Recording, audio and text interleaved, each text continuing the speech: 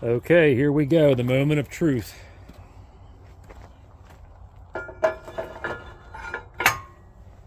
Yay! All right. Well, hopefully you can see, kind of have figured out what I was doing here with modification, I guess I would say major modification number one on the Unicorn log splitter. And that is the addition of a four-way wedge, a slip-on four-way wedge. And I want to talk about this just in a little more detail, give you some more of the specs of this and tell you exactly what I did and why I did it.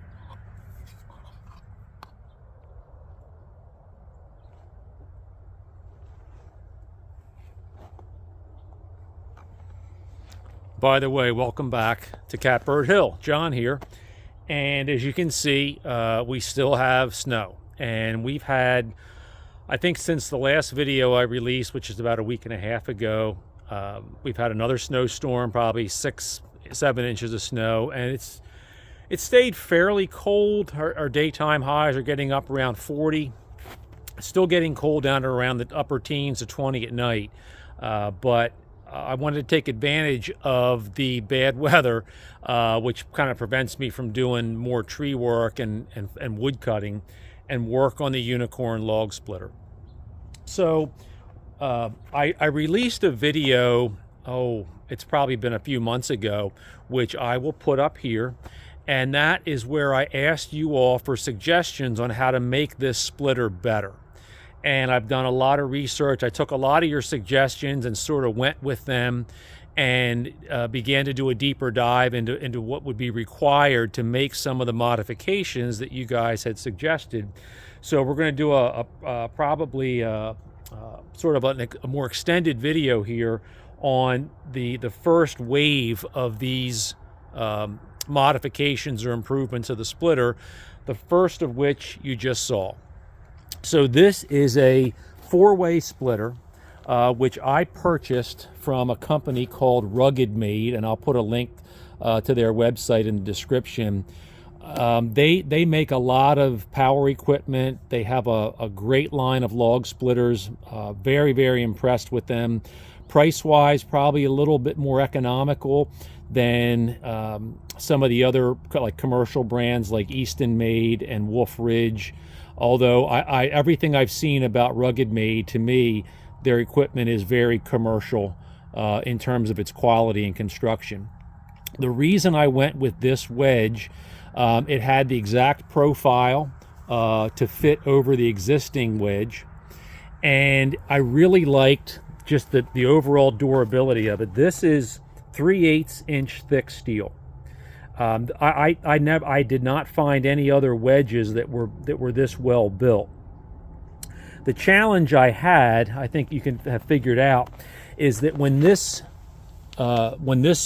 log splitter was built, whoever built it, and I understand the reasoning behind this, created a piece of buttress here behind the wedge. So sort of almost a little oddly shaped piece of steel, about 3/4 of an inch thick. I think it's 7/8 actually. And, welded it onto the back of the wedge. I really like that. It just creates a nice, strong, attachment there. And so I certainly didn't want to remove anything on this buttress that would weaken that.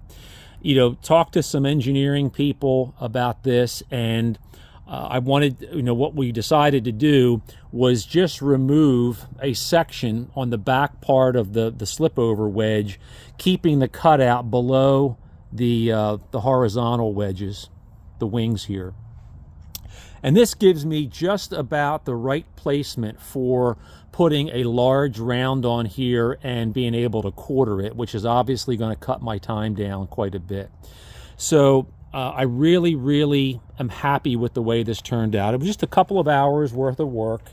I did a lot of finishing, really cleaning it up that I didn't really put into the video.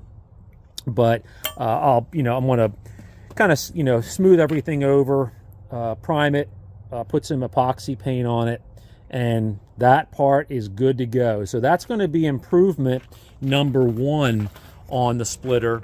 And improvement number 2 is coming right up.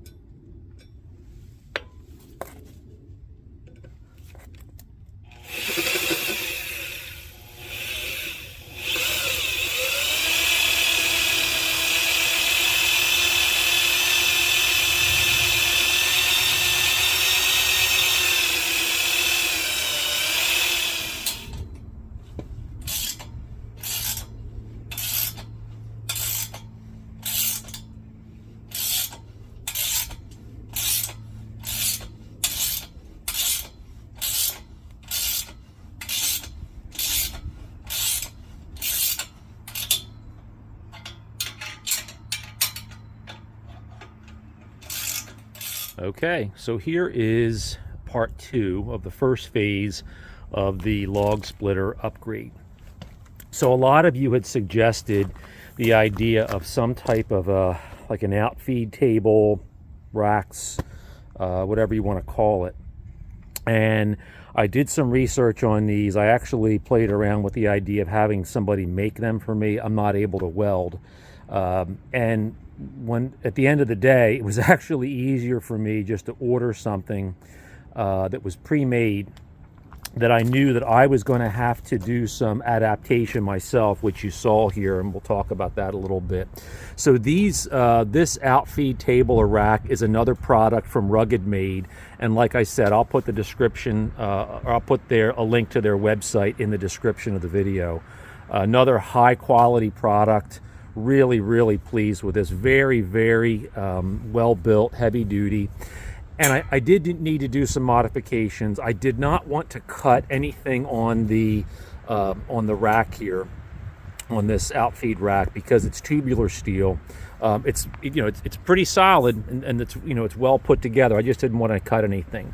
The challenge I had here was that at the end of the I-beam, whoever built this put kind of a butt plate welded, obviously to create a little more stability, strength, which I like.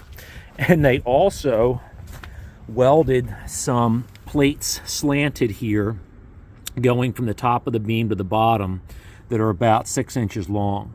So I ended up having to do a lot of drilling. I had to drill through this plate, the center part of the I-beam, and then this plate on the other side. So it was a lot of drilling, a lot of careful measuring and rechecking, and kind of tedious, not super complex, but just tedious. And I needed to get that set up so that there'd be a nice stable line here, from side to side. Got some 1/2-inch stainless steel bolts, lock washers, and the original packaging from Rugged Made included some smaller bar stock here, because this actually is intended to fit onto a splitter that doesn't have this end plate. So these two pieces would actually be bolted through the center plate of the I-beam, but that wasn't possible. So I just got some solid 3/4-inch bar stock, 18 inches long. It basically runs from about here to here, just create some good stability. It just worked out that you know, the inner bar stock here that connects the two sides of the grating is right up against that butt plate, so it just makes it really, really solid. And you know, obviously for transport, not that I'm going to be driving the log splitter around that much. 99% of the time it's going to live here, but you know, even if I need to move it around here, I just unbolt these and pull the whole thing off. So you know, I wanted it to be very, very easy to break down and then put back together.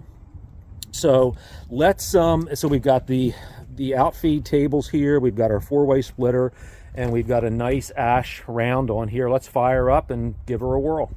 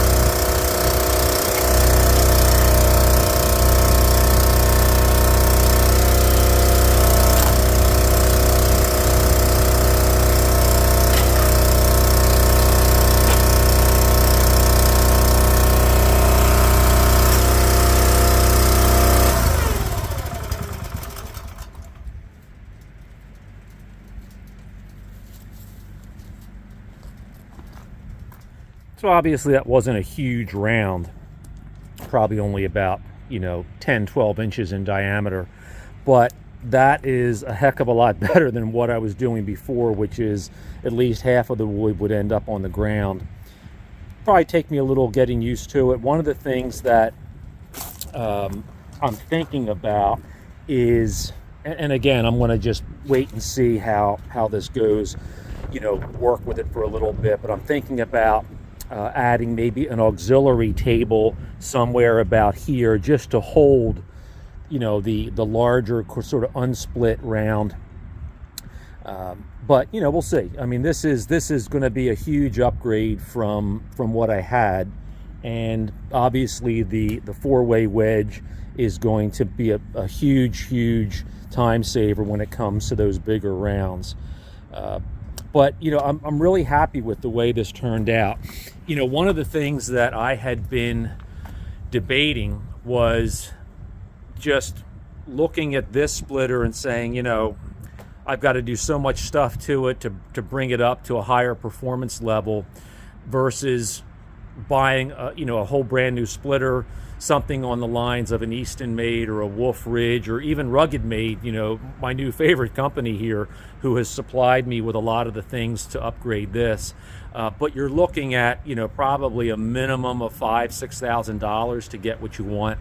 I paid $1,000 for this splitter, if you recall, and I think it has the bones that are necessary to really make some upgrading worthwhile. You know, only $1,000. I'm a few $100 in for my materials here and the hardware.